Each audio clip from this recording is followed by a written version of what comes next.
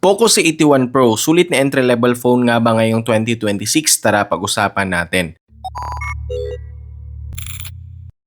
Guys, before natin simulan ng review, meron tayong 5 smartphone dito at mamimili tayo ng isang phone na pang giveaway natin this month of July 2026. Kung gusto mong sumali ay mag-subscribe ka na at comment below para may chance ka na manalo nitong ating smartphone. Okay, unahin muna natin dito sa kanyang inclusions out of the box kung saan nandito ang kanyang charging brick, USB A to C cable, documentations, SIM ejector, jelly case at syempre ang ating smartphone. Pagdating sa variant na meron ang Poco C81 Pro, meron itong 3 variants, 464, 4128 and 4256 at meron din itong 3 colorway which is gold, black and green at nagkahalaga ito below 7,400 pesos or mas mababa pa dyan kapag may kasamang voucher discount. Okay, pag-usapan naman natin ang kanyang design and build kung saan ito ay naka-plastic back, plastic frame which is acceptable para sa mga budget phone ang material na yan. Pero ang hindi lang acceptable dito ay may IP52 rating lamang ito, water and dust resistance kung ikukumpara natin ito sa ibang entry-level phone ngayon na naka-IP64, IP65 and IP68 protection na. Pagdating naman dito sa likod, ito ay naka-matte finish pero kahit na naka-matte finish ang phone na to, pansin ko lang dito na naiwan talaga yung fingerprint natin. Kaya I suggest na gamitin talaga natin yung free jelly case nito nang sa ganun walang may iwan naman siya ng fingerprint dito sa likod. Okay, malipat naman tayo sa harap kung saan may combination ng Panda Glass and Corning Gorilla Glass 3 protection na ito. Yun nga lang makikita natin na naka teardrop notch ang kanyang display at may makapal na bezel dito sa top, both sides lalo na sa kanyang chin which is outdated na display talaga ito ngayong 2026.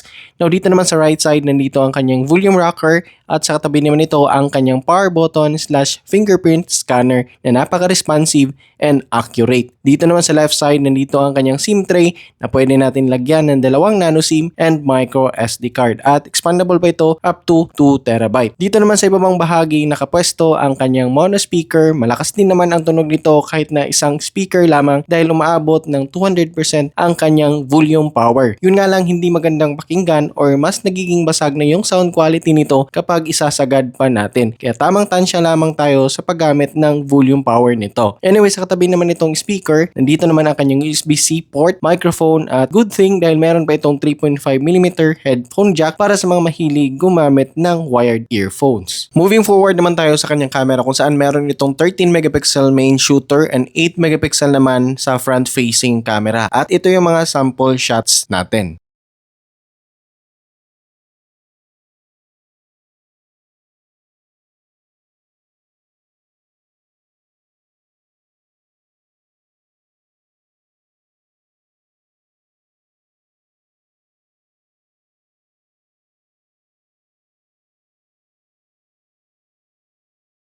Okay guys, ito yung sample video ng ating Poco C81 Pro at ang gamit natin na resolution dito which is ang maximum resolution 1080 at 30 frames per second. At ang phone na to ay wala itong video stabilization kaya kung gagamitin natin ito habang naglalakad tayo at hawak-hawak lang natin itong phone, expected na natin na maalog talaga yung footage. At kumusta naman yung audio quality natin guys? Pasado ba? Usapang display naman tayo kung saan meron itong 6.9-inch IPS LCD display with 720p resolution, 120Hz max screen refresh rate, and 800 nits peak of brightness. Pagdating sa kanyang display guys, gaya ng inaasahan natin sa isang entry-level phone na may mababang resolution ay saktuhan lang talaga yung mapapanood natin dito. Hindi ganun ka-sharp ang kanyang display pero ganun pa man, kung ikaw ay isang consumer na marunong makontento kung ano man ang merong display ang isang smartphone ay paniguradong pasado para sa iyo ito. Now pagdating naman sa kanyang screen refresh rate, meron itong 120Hz refresh rate pero selected applications lang ang gumagana dito at kagaya sa ibang phone kapag wala namang motion dito sa screen ay kusang bumababa naman ito down to 60Hz which is okay din yan dahil makakatipid tayo pagdating sa battery. Now speaking of battery lang din naman, itong si Poco C81 Pro ay may 6,000 mAh battery capacity and supported lamang sa 15 watts. Kaya matagal din yung paghihintay natin bago ito ma-fully charge at nung tinest natin ang phone na to 20% to 100%, umabot lang naman ng 2 hours and 15 minutes bago ito ma-fully charge. Okay, moving forward naman tayo sa huling pagtalakay natin sa phone na to, which is ang kanyang performance, kung saan naka HyperOS 3.0 na ito based on Android 16 out of the box. At may chipset na Unisoc T7-250. Yung Antutu score natin naglalaro sa 410,000.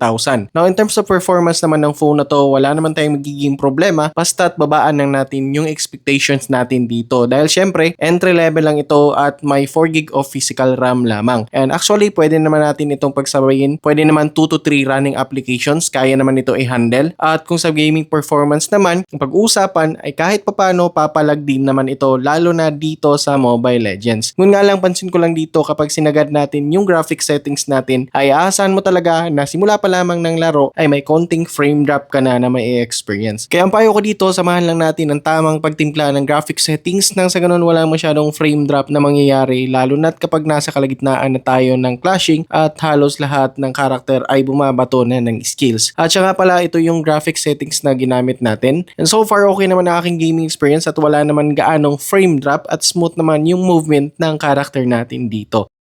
So yun lang muna sa ngayon guys, huwag nyo kalimutan mag-comment dyan sa baba para may chance kayo na mapili sa ating smartphone giveaway this month of July. See you on my next review.